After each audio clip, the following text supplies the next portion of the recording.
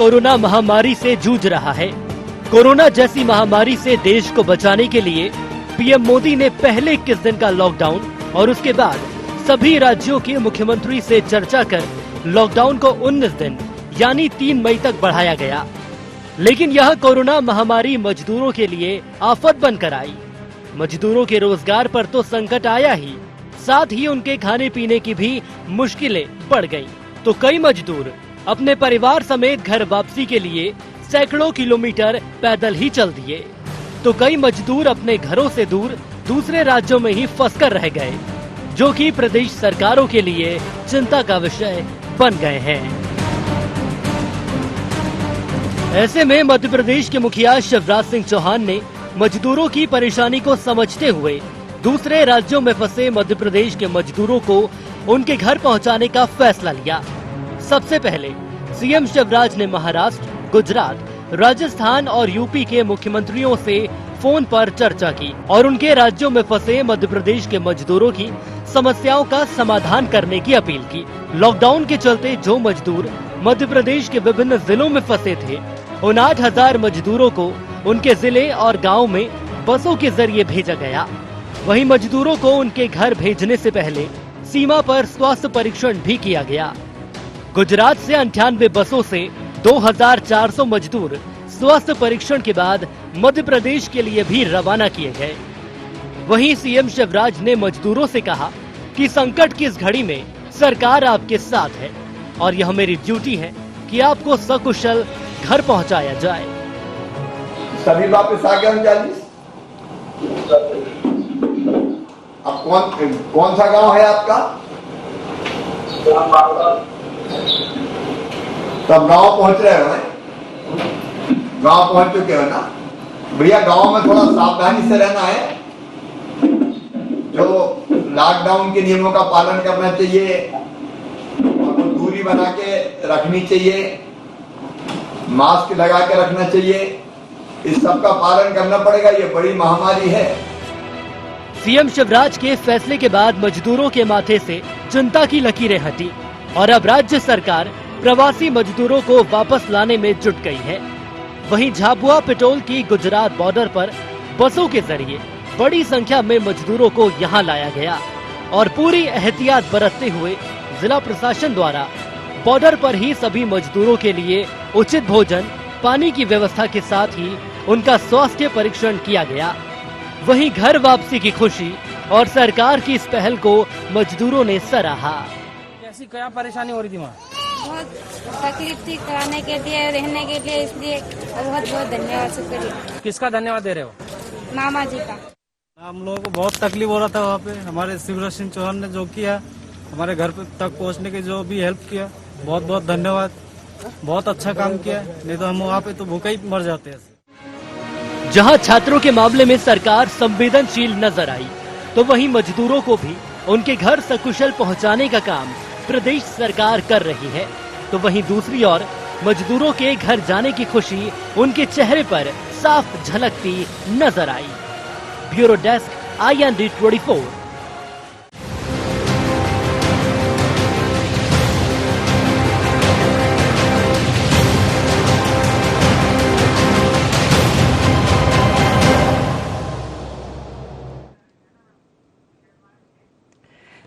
नमस्कार, sharp eight 7 में आपका स्वागत है। मैं हूं मुक्ता पाठक।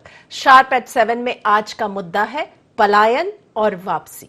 महामारी कोरोना के चलते पूरा देश लॉकडाउन है। ऐसे में चाहे खास हो या आम, सभी अपने घरों में रहने को मजबूर हैं। लेकिन कुछ लोग ऐसे हैं जो दूसरों के लिए घर तो बनाते हैं, लेकिन इस महामारी में उनके पास सिर छुपाने के लिए छत भी नहीं है। और कुछ ऐसे भी लोग हैं जिनके पास घर है लेकिन रोजगार नहीं है। यही वजह है कि 2 जून की रोटी के लिए उनके सामने बड़ा संकट है। देश भर के लाखों मजदूर अलग अलग राज्यों में फंस कर रह गए हैं, जिनकी सुध अब मध्य प्रदेश की सरकार ने ली है। सीएम शिवराज सिंह चौहान की पहल के बाद मजदूरों की वापसी संभव हो रही है। इसी मुद्दे पे चर्चा के लिए फोन लाइन पे जुड़ चुके हैं हमारे साथ कांग्रेस के प्रवक्ता अवनीश बुंदेला, भाजपा से मीडिया पैनलिस्ट ब्रिज गोपाल लोया और स्टूडियो में हमारे साथ हैं editor in chief Sunil Srivastava. चलिए हम शुरुआत करते हैं। सबसे पहले तो मैं आप ही के पास आऊंगी बुंदेला जी, कांग्रेस का क्या रुख है? जिस तरह से मजदूर हर जगह फंसे हुए हैं, लेकिन राज्य सरकार जिस तरह से सीएम शिवराज सिंह चौहान उन्होंने पहल की है और मजदूरों को वापस लाया जा रहा है, आपका क्या कहना है?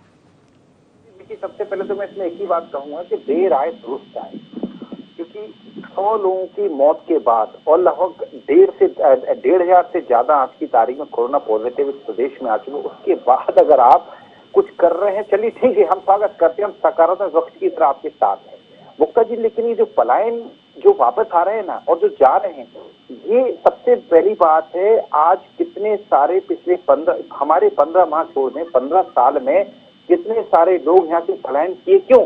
हमने तो साहब 15 साल पहले आपको मंडी दी वो पीतमपुर और मालनपुर जैसे औद्योगिक संस्थान बना के दिए थे, जिनमें ब्रिजस्टोन और टाटा एक्सपोर्ट और रेडबैक्स जैसी बड़ी बड़ी कंपनी स्थापित थी, जो कि आपके समय में बिल्कुल जिनका प्रोडक्शन लगभग आधे से भी कम हो गया, जिसके कारण से इस प्रदेश के युवा को पलायन करना पड़ा। और आज चूंकि पूरे देश में कोरोना जैसी भयावह बीमारी व्याप्त है, तो उसके चलते लोग मजबूर हैं, लोग 2,000 3,000 किलोमीटर पैदल चलकर आ रहे हैं। इस प्रदेश से भी जो मान लो मध्य प्रदेश में जो नौकरी कर रहा था, वहां भी सारे रोजगार उसके छिन चुके, क्योंकि मध्य प्रदेश में भी सारा सब कुछ लॉकडाउन है। तो वो भी बेचारा मजबूर है अपने घर जाने के लिए, क्योंकि रोजी रोटी के लिए, जैसा आपने कहा, सिर छुपाने के लिए उसके पास छत नहीं है। तो हम तो ये कह रहे ना, अगर हम इस सकारात्मक पक्ष की तरफ हमेशा साथ में हैं, हम अपनी सरकार, हम ये नहीं सोचते कि हम कांग्रेस के, हम ये मानते हैं कि प्रदेश की सरकार है वो एक आम जन की, हमारी भी सरकार है, मैं भी इस प्रदेश में निवास करता हूँ, तो हम साथ में हैं। लेकिन मेरा प्रश्न ये है शिवराज जी, इतना लेट क्यों? आपने मंत्रिमंडल 29 दिन लेट बनाया। ये स्वास्थ्य मंत्री, क्या पहले दिन 5 जो मंत्री आपको बनाने थे पहले दिन नहीं बना सकते थे? क्या ऐसा कारण था साहब की? क्या ऐसी दिक्कत थी कि कहीं ना कहीं मुझे लगता आपने महाराज में और कई सारे लोगों ने कहीं ना कहीं बातचीत नहीं हो पाई होगी मुक्ता जी, जिसके कारण से ये मंत्रिमंडल गठित नहीं हुआ, जिसके कारण से कोरोना मध्य प्रदेश में, अगर आप देखें मृत्यु दर की बात करें इंदौर में, तो मेरे ख्याल से सारे भारत की तो छोड़े, दिल्ली को भी हम पीछे छोड़ दें। और ऐसा कहा जा रहा है कि इंदौर में जो कोरोना का जो वायरस है वो कुछ विशेष तरह का घातक वायरस है। पुणे में शायद कुछ लैब टेस्टिंग के लिए कुछ रिपोर्ट गई हुई है। तो ये सारी चीजें देखते हुए काफी डर भी लगता है, क्योंकि हम भी इसी प्रदेश में निवास करते हैं, आप भी इसी प्रदेश में निवास करते हैं, तो ये देखते लगता है कि कैसी स्थिति होगी आगे। लेकिन अब फिर भी अगर मजदूर भाइयों के लाने ले जाने की कुछ व्यवस्था हो रही है तो अच्छी बात ही अच्छी, मैं इस चीज का स्वागत करता हूँ। लेकिन ये मैं जरूर कहूंगा शिवराज जी कि बहुत देर कर दी मेहरबा आते आते आज कम से कम 100 से ज्यादा लोग मारे जा चुके हैं और 2,000 के लगभग कोरोना पॉजिटिव प्रदेश में है। उसके बाद अगर आप जाग रहे हैं, चलिए ठीक है, देर आए दुरुस्त आए, लेकिन ये कहूंगा साहब कि ये आपने प्रदेश सरकार को, कमलनाथ सरकार को अस्थिर करने के लिए जिस तरह से मध्य प्रदेश में और पूरे देश को जिस तरह से कोरोना का लॉकडाउन लेट किया गया है, वो उसका परिणाम आज पूरा देश और प्रदेश भुगत रहा है। चलिए ब्रिज गोपाल जी, मैं आपके पास आऊंगी, क्या कहेंगे, आपका क्या रिएक्शन है जिस तरह से बुंदेला जी कह रहे हैं कि देर आए आप लोग, बहुत देर से आप लोगों ने सुध ली, 15 साल से आपकी सरकार क्या कर रही थी, आप क्या कहेंगे? मुक्ता पाठक जी नमस्कार। मैं आपसे ये निवेदन करना चाहता हूँ कि माननीय बुंदेला जी ये कह रहे हैं कि हम देर से आए, जल्दी कब होती है? जल्दी अगर आपको कुछ करना था तो 23 मार्च की आधी रात तक आप सरकार में थे, परंतु हम आज इस विषय में नहीं पढ़ना चाहते कि किसने क्या किया था। इस मध्य प्रदेश को खराब करने में, बेकार करने में, कोरोना की लड़ाई में पीछे करने में किसका हाथ है, हम आज इस पर कोई चर्चा नहीं करना चाहते। चर्चा ये है कि जब माननीय शिवराज सिंह चौहान जी 23 मार्च को मध्य प्रदेश के मुख्यमंत्री बने, तभी मध्य प्रदेश के गरीब मजदूर और किसान ने ये मान लिया था कि उनका मसीहा मध्य प्रदेश में मुख्यमंत्री बन चुका है। और उसी दिन उन्हें ये पता चल गया था कि अब हमारी सुध लेने वाली सरकार मध्य प्रदेश में है। और आपको ये आश्चर्य है, आपको भी जानकारी पूरी है कि कल मैं अपना उदयपुरा गांव बताता हूँ, नेशनल हाईवे NH 12 पर आता है ये, यहाँ से हजारों की संख्या में मंडीदीप से पैदल लोग छत्तीसगढ़ जा रहे हैं, उनकी सुध लेने वाला कोई नहीं है। मैं धन्यवाद देना चाहता हूँ माननीय शिवराज जी को, जिन्होंने मध्य प्रदेश के छात्रों के बारे में भी सोचा और मध्य प्रदेश के मजदूरों के बारे में भी सोचा और मध्य प्रदेश के किसानों के बारे में भी सोचा। हमने ऐसे हाई रिस्क काम उन्होंने करके दिखाए हैं जो किसी मुख्यमंत्री को संभव दिखाई नहीं दे रहे। आप समझिए कि राजस्थान से हमें 3200 छात्रों को मध्य प्रदेश लाना एक बहुत बड़ा टास्क था, मगर हमने सफलतापूर्वक उसे किया। दूसरा काम है कि जो अन्य राज्यों में हमारे फंसे हुए मजदूर हैं उनको मध्य प्रदेश वापस लाना। दूसरा काम हमने ये किया कि जो मध्य प्रदेश में मजदूर हैं अन्य जिलों के, उनको भी उनके घर तक वापस पहुंचाना है। ये सारे काम हो रहे हैं और जब तक वो रुके हैं तब तक भी मैं आपको बता दूं कि सरकार ने उनके भोजन की चिंता की, उनके राशन की चिंता की, उनके खाते में पैसे डालने का काम किया और उसके साथ राष्ट्रीय स्वयंसेवक संघ के माध्यम से, सेवा भारती के माध्यम से, जगह जगह स्थानीय व्यापारी संगठनों के माध्यम से, बहुत सारी समाजों के समाज सेवी संगठन जो हैं उनके माध्यम से इन मजदूरों को रहने का प्रबंध भी किया, इनके भोजन का प्रबंध किया, उनके स्वास्थ्य की चिंता की। ये सारा काम माननीय मुख्यमंत्री जी के नेतृत्व में मध्य प्रदेश ने किया है और मैं ये मानता हूँ निजी तौर पर भी और पार्टी के तौर पर भी कि मध्य प्रदेश में आज जो हम कोरोना के खिलाफ लड़ रहे हैं उसमें मध्य प्रदेश और बहुत बेहतर स्थिति में आने वाले ही कुछ दिनों में होगा। हम जिलेवार मुक्त होते जा रहे हैं कोरोना से। आज हमें प्रसन्नता की बात है कि हमारा शिवपुरी जहां 2 मरीज थे आज नहीं है, या मुरैना जहां 14 मरीज थे आज नहीं है, विदिशा जहां 13 मरीज थे आज एक भी मरीज नहीं है। धीरे धीरे बहुत बेहतर स्थितियां निर्मित हो रही हैं। परंतु आज जो मजदूरों के लिए हुआ है एक और बड़ा काम जिसको बार बार आपके दृष्टिकोण में नहीं आ रहा है, आपकी जानकारी में नहीं आ रहा है मुक्ता जी, वो भी मैं आपको बताऊं कि मध्य प्रदेश में इस विषम स्थिति में 15 अप्रैल से जो गेहूं की खरीदी प्रारंभ हुई थी उस खरीदी में हमने एक कीर्तिमान स्थापित किया है। मात्र शुरू के 8 दिनों में पिछले वर्ष के 1 माह की जो खरीदी थी उसकी तुलना में हमने 8 दिन में पिछले वर्ष के 1 माह से 5 लाख टन ज्यादा उपार्जन गेहूं का किया। दूसरी बात, हमने उसकी राशि का भुगतान भी प्रारंभ कर दिया और 21 तारीख से किसानों के खाते में पैसे पहुंचने लगे। तो मजदूर भी सुरक्षित हैं, किसान का हित भी सुरक्षित है, क्योंकि वो हमारा अन्नदाता है। आज विषम स्थिति में वह अन्नदाता ही अकेला है जो एकमात्र आर्थिक गतिविधि है, वो कृषि की गतिविधि चालू है। तो ऐसी परिस्थिति में आज जो सरकार ने किया है, जो माननीय शिवराज सिंह चौहान जी ने किया है, निश्चित वह सराहनीय है और ये कदम बहुत दुरुस्त कदम है। और जो अभी बात कर रहे थे बुंदेला जी, देर का तो सवाल ही नहीं है। गरीब, मजदूर, किसान, ये तीनों शिवराज जी के हृदय में बसने वाले लोग हैं और छात्र, तो उसमें देरी का तो सवाल ही नहीं उठता। हमने उनके लिए जो संभव प्रयत्न थे वो किए हैं और भविष्य में भी जो भी संभव प्रयत्न होगा। मध्य प्रदेश पहला राज्य था जिसने हेल्पलाइन नंबर जारी किया था अपने प्रदेश के मजदूरों को जो अन्य प्रदेशों में थे। और मुक्ता जी, आपको एक बात और मालूम है, एक अन्य प्रदेश के हमने मजदूरों को यहाँ से भेजने का प्रबंध भी किया था जो अन्य प्रदेश के थे, परंतु उस प्रदेश ने स्वीकार करने से मना कर दिया कि इन्हें हमारी अनुमति के बगैर आप कैसे लाए। तो हम बहुत संवेदनशील सरकार हैं और गैर संवेदनशीलता तो हमारे संस्कार में ही नहीं है। हम प्राणी मात्र के कल्याण की कामना करते हैं, पंचनिष्ठा रखते हुए समाज कल्याण करना और अंतिम जो व्यक्ति है विकास की दौड़ में जो पिछड़ गया है उसके कल्याण की भावना के लिए काम करना, यही हमें पंडित दीनदयाल चलिए, बहुत अच्छी बात आप कही। आप कह रहे हैं कि संवेदनशील सरकार है, संवेदनशील मुख्यमंत्री है। चलिए, वक्त हो चला है एक छोटे से ब्रेक का। आप लोग बने रहिए, हम अब जल्द लौटेंगे शार्प एट 7 में।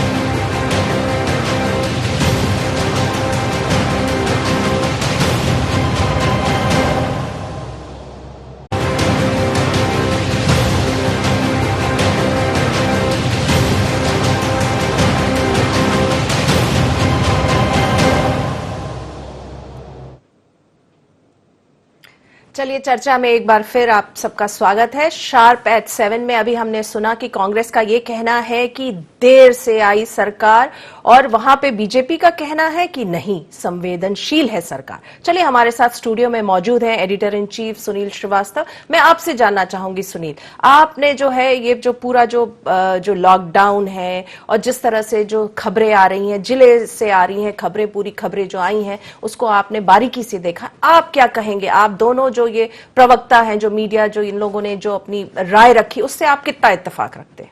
देखिए मुक्ता जी, अगर हम बात करें लॉकडाउन की शुरुआत की बात करते हैं तो जिस प्रकार से कांग्रेस बीजेपी के आरोप प्रत्यारोप अपनी जगह हो सकते हैं, लेकिन जिस प्रकार से सरकारें, चाहे हम मध्य प्रदेश सरकार की बात करें, उत्तर प्रदेश सरकार की बात करें या दूसरे राज्यों की सरकारों की बात करें, मध्य प्रदेश से पहले कोटा से जो छात्र थे उत्तर प्रदेश के, योगी सरकार उनको उत्तर प्रदेश में लेकर आई। उसके बाद मध्य प्रदेश सरकार सक्रिय हुई और शिवराज सिंह चौहान जी ने, चाहे हम महाराष्ट्र की बात करें, राजस्थान की बात करें, गुजरात की बात करें या उत्तर प्रदेश की बात करें, जो मध्य प्रदेश की सीमा से लगे हुए राज्य हैं, उनके मुख्यमंत्रियों से शिवराज जी ने बात की और उन्होंने जो मजदूर थे या फिर जो छात्र थे उनको मध्य प्रदेश लाने के लिए सरकारों से, वहां की सरकारों से संपर्क स्थापित किया और उसके बाद ये संभव हुआ। लेकिन इससे पहले उत्तर प्रदेश में हो चुका। लेकिन सबसे बड़ा सवाल मुक्ता जी यही है कि जब लॉकडाउन होना था उसके पहले भी तो ये किया जा सकता था। सरकारें, चाहे हम प्रधानमंत्री जी की बात करें, राज्य सरकार को वो अपने कॉन्फिडेंस में ले सकती थी। स्क्रीनिंग जिस प्रकार से बॉर्डर पे की जा रही है, ये लॉकडाउन के 2 दिन जनता कर्फ्यू लगा था उसके बाद भी की जा सकती थी। इस प्रकार की स्क्रीनिंग करके जो तमाम लोग थे, जिस प्रकार से जो पूरे देश में हमने देखा कि दिल्ली में किस प्रकार के हालात बने, उसके बाद महाराष्ट्र में कैसे हालात, मुंबई में हमने देखा है लाखों लोग किस प्रकार से सड़कों पे आ गए थे। मजदूर जो थे उनके पास खाने के लिए नहीं था। लेकिन इस पूरे मामले में जिस प्रकार से हम मध्य प्रदेश की बात करें, जरूर सरकार ने थोड़ी सी संवेदनशीलता दिखाई थी। मुख्यमंत्री ने एक डाटा तैयार करने को अधिकारियों को कहा था और उसके बाद 1,000 रुपए तमाम उन मजदूरों को चिन्हित करके उनके अकाउंट में डाले गए थे और फिर उनको मध्य प्रदेश लाने की बात की गई। और उनको कई मजदूरों को, लगभग अगर हम बात करें परसों भी 8,000 के लगभग मजदूरों को बाहर से लाया गया दूसरे राज्यों से। और एक यहां पर एक नियम तय किए गए, पैरामीटर तय किए गए कि जो बसों में मजदूर आएंगे, एक सीट पर एक ही मजदूर रहेगा, सैनिटाइजर की व्यवस्था रहेगी। जो मजदूर होगा जिसके पास मोबाइल उपलब्ध होगा उसको उस बस का लीडर बनाया जाएगा और वो लगातार जो स्टेट कंट्रोल रूम है उसके सतत संपर्क में रहेगा।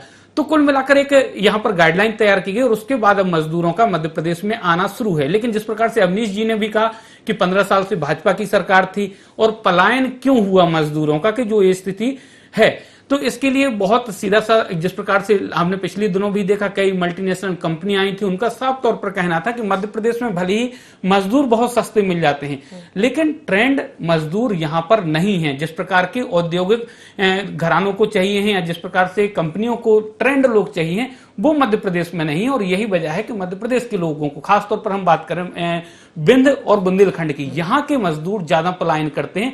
चाहे फिर वो दिल्ली की बात करें, चाहे हम राजस्थान की बात करें, महाराष्ट्र की बात करें, इन तमाम राज्यों में जाकर वो अपनी रोजी रोटी कमाने के जरिए ढूंढते हैं और वहां पर काम करते हैं। मुक्ता जी बहुत अच्छी, सुनील जी ने बहुत एकदम हम कहें बहुत ही तरीके से पूरी जो बात को है समझाया है कि कैसे जो है ये प्रॉब्लम जो है और इसको कैसे इससे पहले जो है इसको रोका जा सकता था। यहाँ पे मैं बीजेपी आपसे, ब्रिज गोपाल जी, आपसे पूछना चाहूंगी, जैसे सुनील जी ने भी ये कहा कि लॉकडाउन अनाउंस करने से पहले क्या सेंटर ये नहीं कर सकती थी कि पहले जो है वो व्यवस्था कर लेती, हर जगह जो ये मजदूर है, सबको पता है पूरे देश में मजदूर है, हर जगह मजदूर है, पहले इनको जो है अपने अपने गांव और जो भी इनके वहां पे रवाना कर दिया जाता, चाहे वो बस से होता, स्पेशल ट्रेन स्टार्ट की जा सकती थी, इनको रवाना कर दिया जाता, उसके बाद लॉकडाउन अनाउंस किया जाता, तो शायद इस तरह की जो हम स्थिति देखते हैं और जो भयावह जो स्थिति की बात की और सुनील जी ने भी जिस तरह से बताया वो शायद नहीं आता। आप क्या कहेंगे इस पे? मुक्ता जी देखिए, 2 बातें हैं। जिस दिन माननीय प्रधानमंत्री जी ने लॉकडाउन की घोषणा की थी उस दिन लॉकडाउन 14 अप्रैल तक के लिए घोषित किया गया था। तो अगर उन मजदूरों को ये माना जा रहा था कि 14 अप्रैल तक संभवतः हम कोरोना की चेन को तोड़ने में कामयाब हो जाएंगे, परंतु आपको बहुत सारी स्थितियां मालूम है कि बहुत ऐसी स्थिति 31 मार्च, 30 मार्च और 1 अप्रैल को बनी कि जिसके कारण कोरोना पूरे मध्य प्रदेश में और देश भर में उसको फैलने का और फैलाने का काम हुआ। उसके कारण बहुत अपरिहार्य परिस्थिति में लॉकडाउन को आगे बढ़ाना पड़ा और ये लॉकडाउन बढ़कर 3 मई तक गया। अब परिस्थितियां ये थी कि इसके लिए ये गाइडलाइन तैयार होना कि किस तरह से उन्हें लाया जाए, ये समय मांगने वाली चीज थी। दूसरी बात मैं आपको बताऊं, जो अभी आप जिस प्रश्न को उठा रहे थे कि मध्य प्रदेश से क्यों मजदूर जाते हैं, दरअसल बुंदेलखंड में जैसा कि सुनील जी कह रहे थे, वहां से हमारे श्रमिक अन्य राज्यों में जाते हैं, परंतु हमारी एक दूसरी और समस्या भी है कि छिंदवाड़ा, सिवनी, मंडला बालाघाट, इन क्षेत्रों के मजदूर, शहडोल, डिंडोरी, ये जो अनूपपुर, ये जो क्षेत्र है, इसके मजदूर भारी संख्या में प्रदेश में ही कृषि मजदूरी करने इस समय आते हैं। ये वो सीजन था। तो इस समय स्थिति ये है कि लाखों की संख्या में वह कृषि मजदूर भी मध्य प्रदेश के विभिन्न हिस्सों में थे।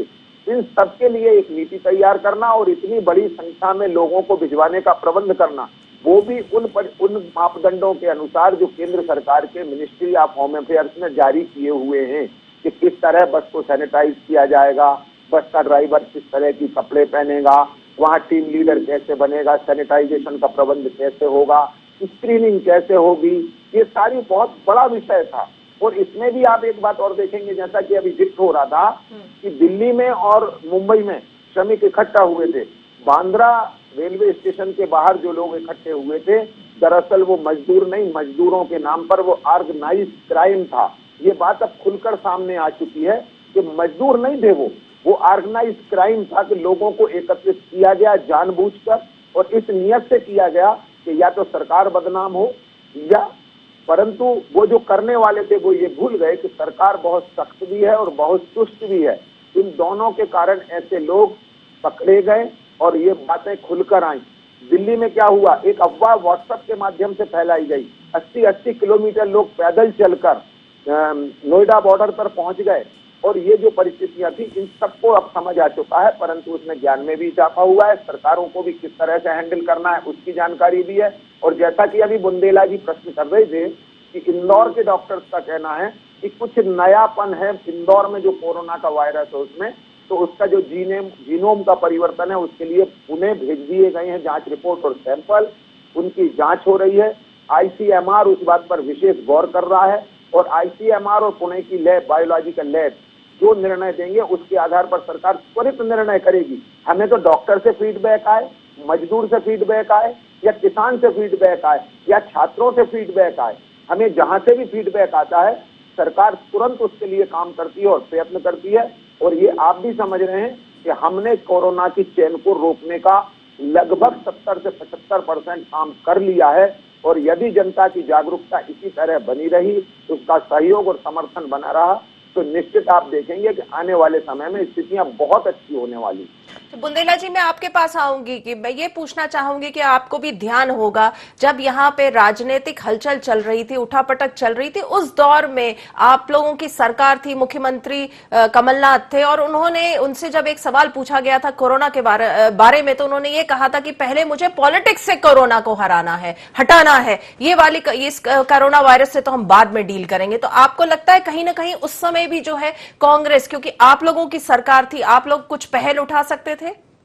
मुक्ता जी, सबसे पहले तो मैं बताऊं, इनको गलतफहमी है कि मैंने इंदौर से संबंधित कोई बयान नहीं दिया, तभी ये लोया जी ने जो कहा।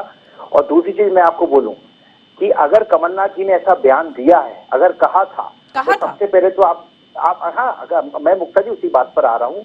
इस देश की सरकार ने, इस देश के राष्ट्रीय स्वास्थ्य मंत्री हर्षवर्धन ने पहली बात तो कोरोना को कोई समस्या मानने से इनकार किया था। जब राहुल गांधी जी ने जनवरी में ही बोल दिया था तो उन्होंने कहा था राहुल गांधी जी कोरोना के नाम पर देश को डराने का, भय फैलाने का प्रयास कर रहे हैं।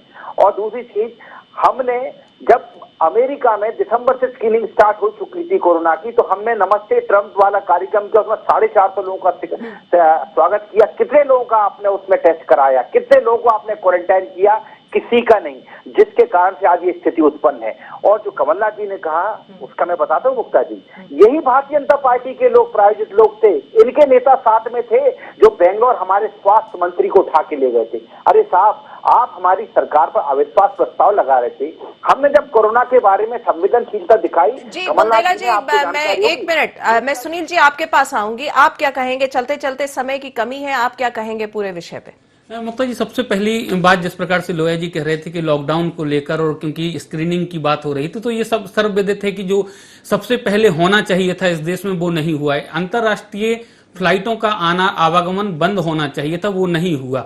अधिकांश जो पहले जो केस आए हैं वो या तो इंटरनेशनल, या तो बाहर से, विदेशों से लोग आए हैं, वो यहाँ पर कोरोना पॉजिटिव हुए हैं, और या फिर बहुत बड़ी संख्या में बड़े उच्च वर्ग के लोग हुए हैं। मजदूर बहुत ही कम संख्या में इस देश में यहाँ पर कोरोना पॉजिटिव हुआ है। तो कुल मिलाकर बड़े लोगों की गलती का खामियाजा इस देश में जो 2 जून की रोटी कमाते हैं उनको भुगतना पड़ रहा है। हमने खुद खबरें दिखाई हैं कि हैदराबाद से मजदूर पैदल चले हैं, 1,500 किलोमीटर भोपाल आते हैं और फिर भोपाल के आगे धौलपुर उनको पैदल जाना है। कई मजदूर हजारों किलोमीटर साइकिलों से सफर किया है। तो ये कहीं ना कहीं ये बात है कि बड़े लोगों की यहां पर गलतियों का खामियाजा और सरकार की गलती का खामियाजा आम आदमी यहां भुगत रहा है, मजदूर को भुगतना पड़ रहा है। चलिए, बहुत अच्छी बात आपने कही सुनील जी, और आप दोनों का भी बहुत बहुत धन्यवाद हमसे जुड़ने के लिए शार्प एट 7 में और अपनी बात कहने के लिए। देखिए, जो बात समझ में आती है, जैसे कि हमारे एडिटर इन चीफ सुनील ने कहा कि ये जो है मजदूर वर्ग की हम बात करें तो बहुत कम मजदूर जो है, लेबर्स जो है, उनमें जो है कोरोना का वायरस पाया गया।